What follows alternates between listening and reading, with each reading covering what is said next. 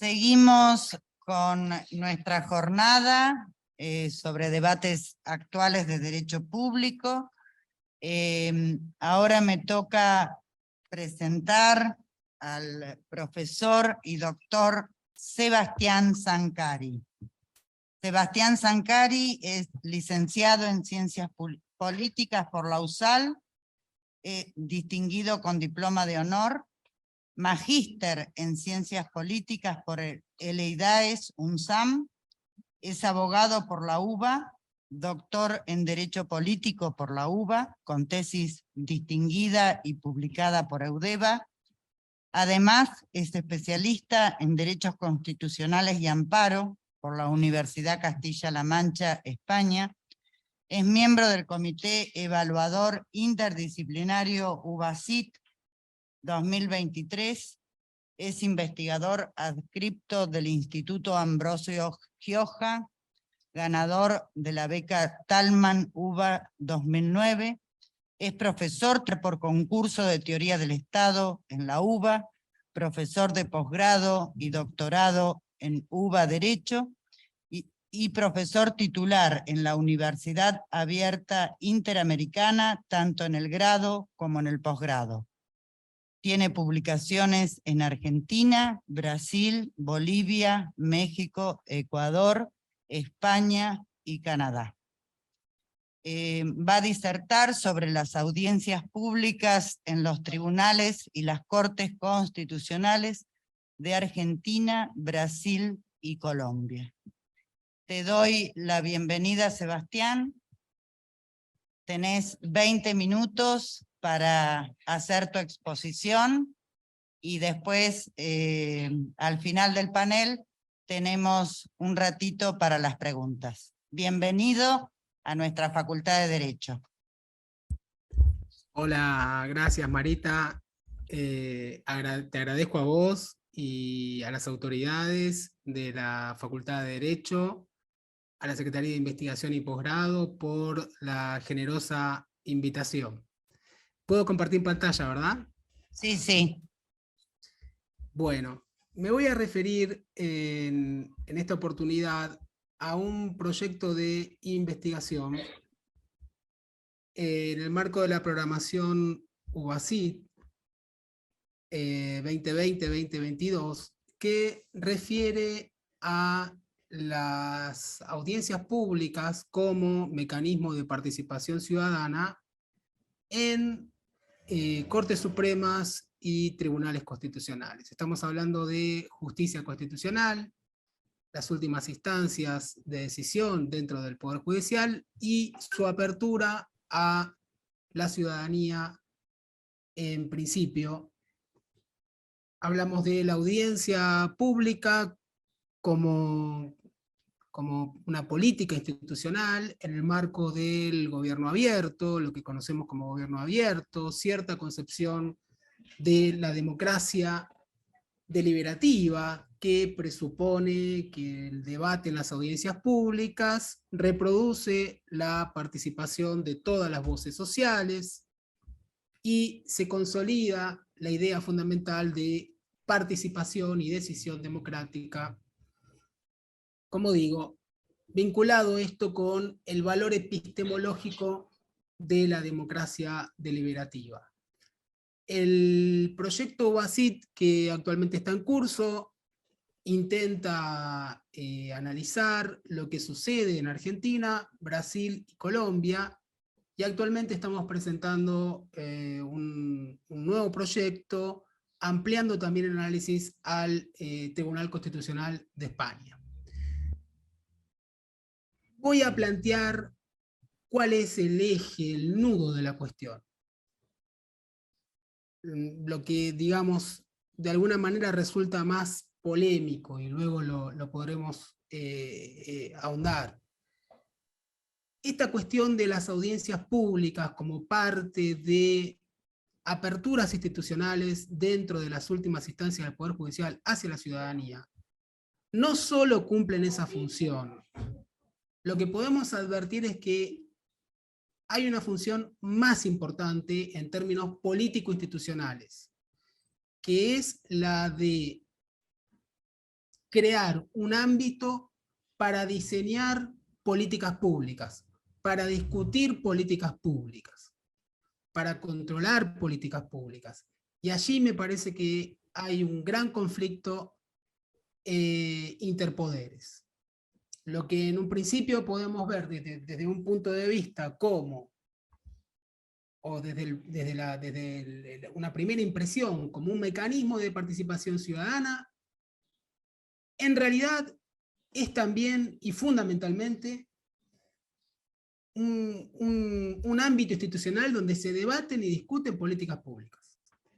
Este es el planteo que quiero compartir con ustedes. Ahora, los temas de justicia constitucional, como vemos aquí en la presentación, hay varias cuestiones, siempre en agenda, que también son los temas de agenda de futuras reformas constitucionales.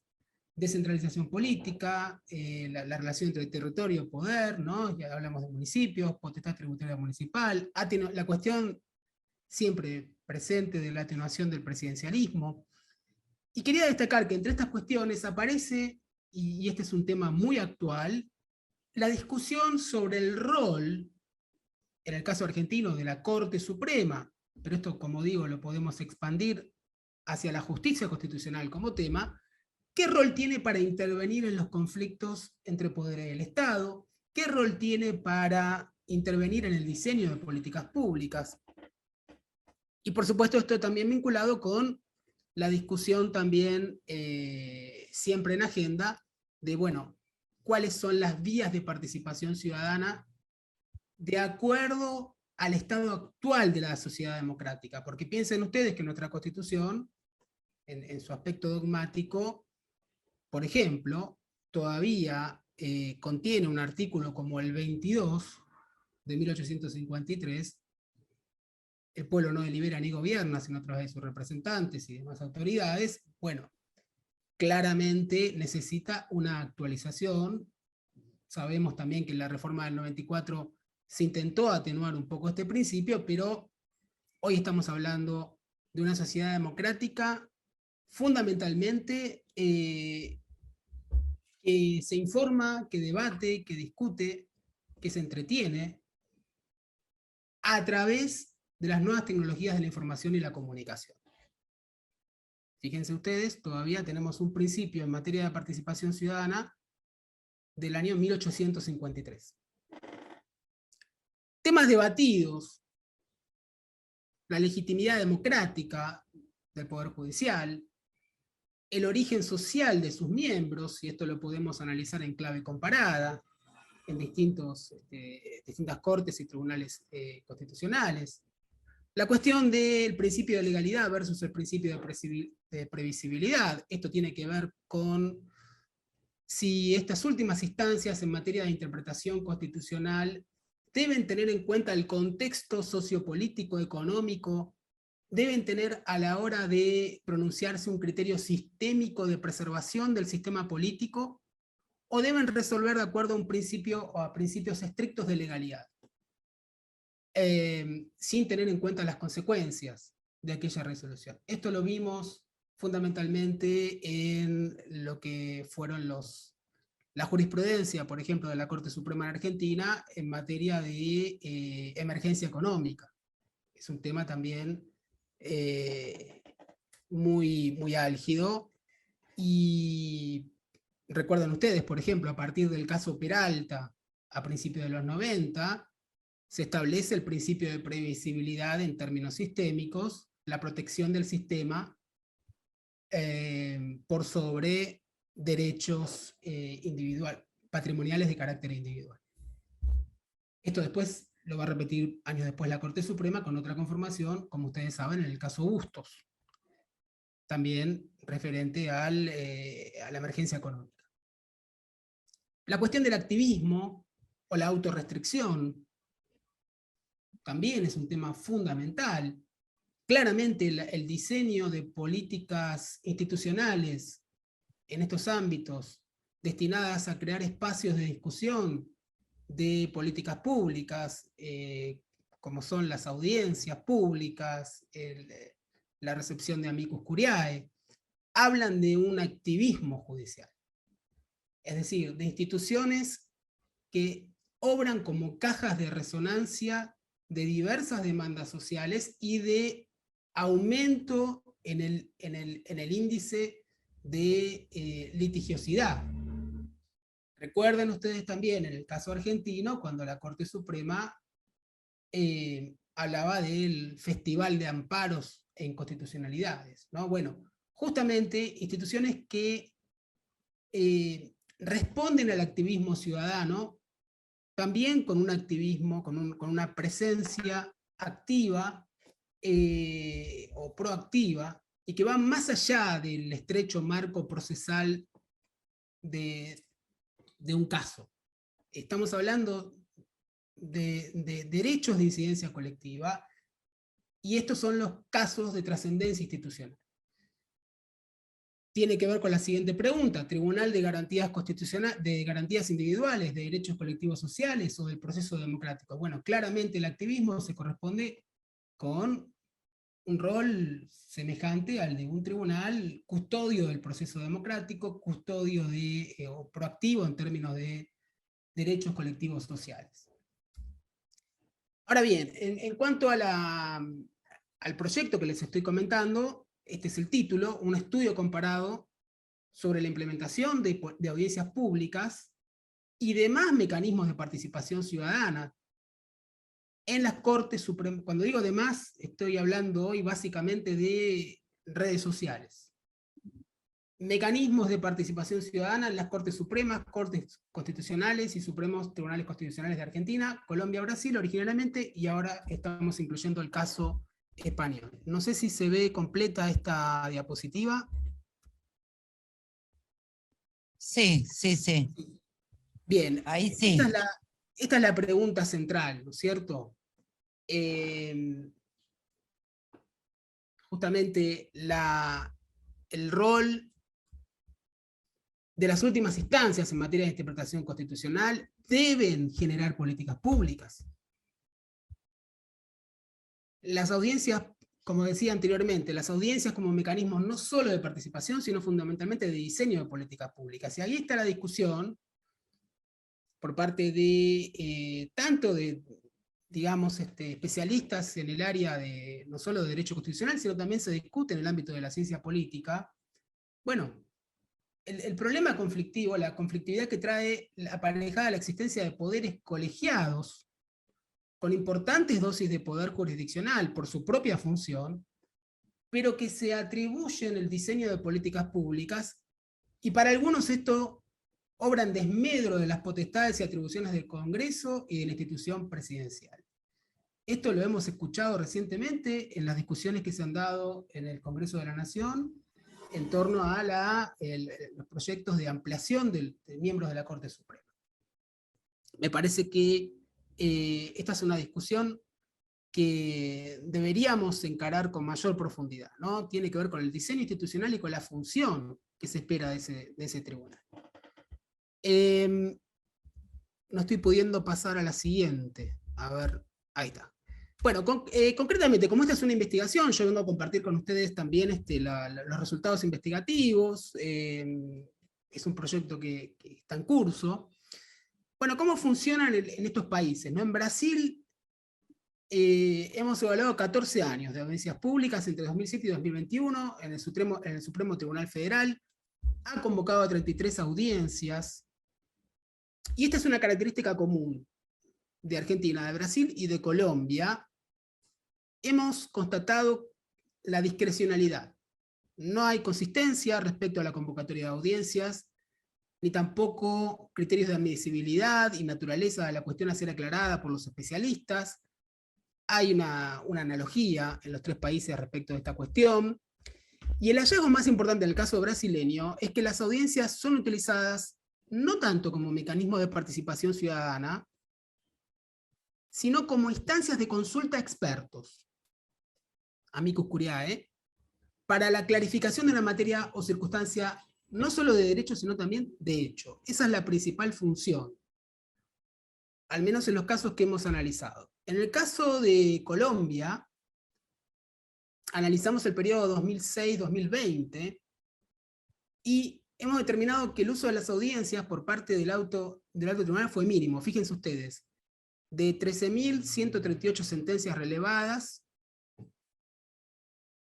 la convocatoria de audiencias públicas solo fue llevada a cabo en 25 de ellas, pero temas de trascendencia institucional, en los que incluso ha participado el propio presidente del momento. Por ejemplo, ahí vemos también, a diferencia de Brasil, una intención más marcada, parecida al caso argentino, de instalar una agenda pública o ser parte del debate público para instalar temas. Consulta previa a comunidades indígenas, marco jurídico para la paz, por supuesto, es un tema relevante en Colombia, la discriminación y el racismo, hacinamiento carcelario, prohibición de aspersión aérea de glifosato, entre otros temas.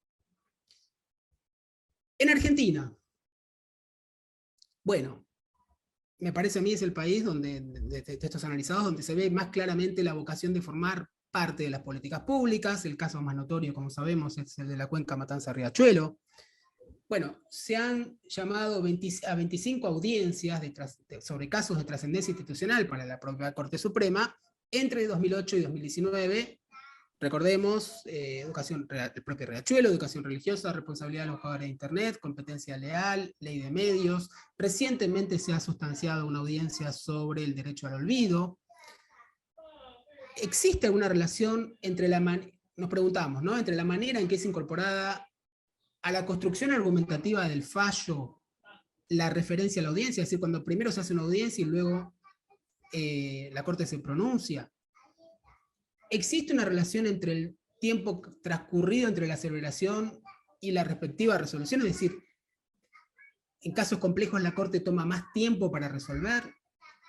Bueno, una primera hipótesis diría que, bueno, cabría suponer que es necesaria cierta distancia temporal entre la audiencia y el fallo para evaluar justamente la idea, el propósito es escuchar distintas argumentaciones y que las partes mismas escuchen las distintas argumentaciones, las argumentaciones contrarias a las propias, no solo se escuchen a sí mismas, y que dialoguen, que incorporen en su discurso lo que dice la otra parte. Bueno, el resultado preliminar es que no hay una relación clara. Hay casos complejos que se resuelven rápidamente. El caso Clarín, por ejemplo, en la ley de medios, ¿recuerdan? En solo 2 meses de sustanciadas las audiencias, la Corte se pronuncia. Hay otros casos que toman 4 o 5 años. No tenemos una guía para contestar esta pregunta. Sin embargo, el caso Clarín, hay 41 menciones de todo el periodo analizado. En la sentencia es la que más refiere a las audiencias públicas, 41 menciones. Bueno, luego en el año 2019 se registran 2 audiencias, hay un notorio decrecimiento, prepandemia.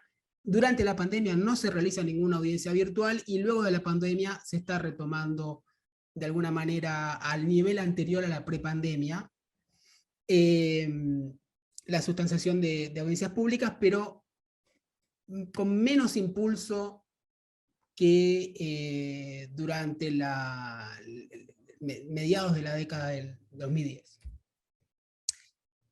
Lo que tenemos que preguntarnos, esta pregunta aplica a todos los países que estamos analizando. ¿Son caja de resonancia de las problemáticas de la sociedad democrática? La sociedad democrática que hoy es la sociedad de la información y la comunicación, que es la sociedad desigual. Nuestras sociedades latinoamericanas tan desiguales. Bueno, y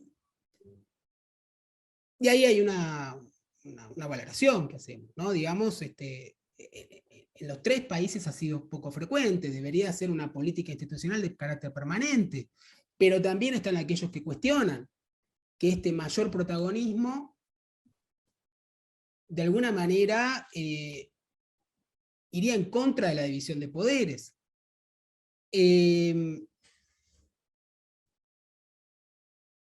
Lo relevante aquí me parece es que hablemos del diseño institucional. En el caso argentino estamos hablando de una Corte Suprema, no es un tribunal constitucional, y que el impulso de las políticas participativas como la audiencia tienen que ver con una vocación de ser un tribunal constitucional, pero no lo es. Estamos con, como decía Zaffaroni, la Corte Suprema como tienda de ramos generales, que atiende múltiples cuestiones, con sobrecarga de causas, actualmente con 4 miembros. Me parece a mí que el diseño institucional no le permitiría virar hacia una Corte Suprema de la norteamericana con pocos casos anuales de trascendencia institucional. Bueno, son solo preguntas, inquietudes, reflexiones. Les agradezco mucho por su atención y quedo abierto a cualquier inquietud que tengan. Muchas gracias.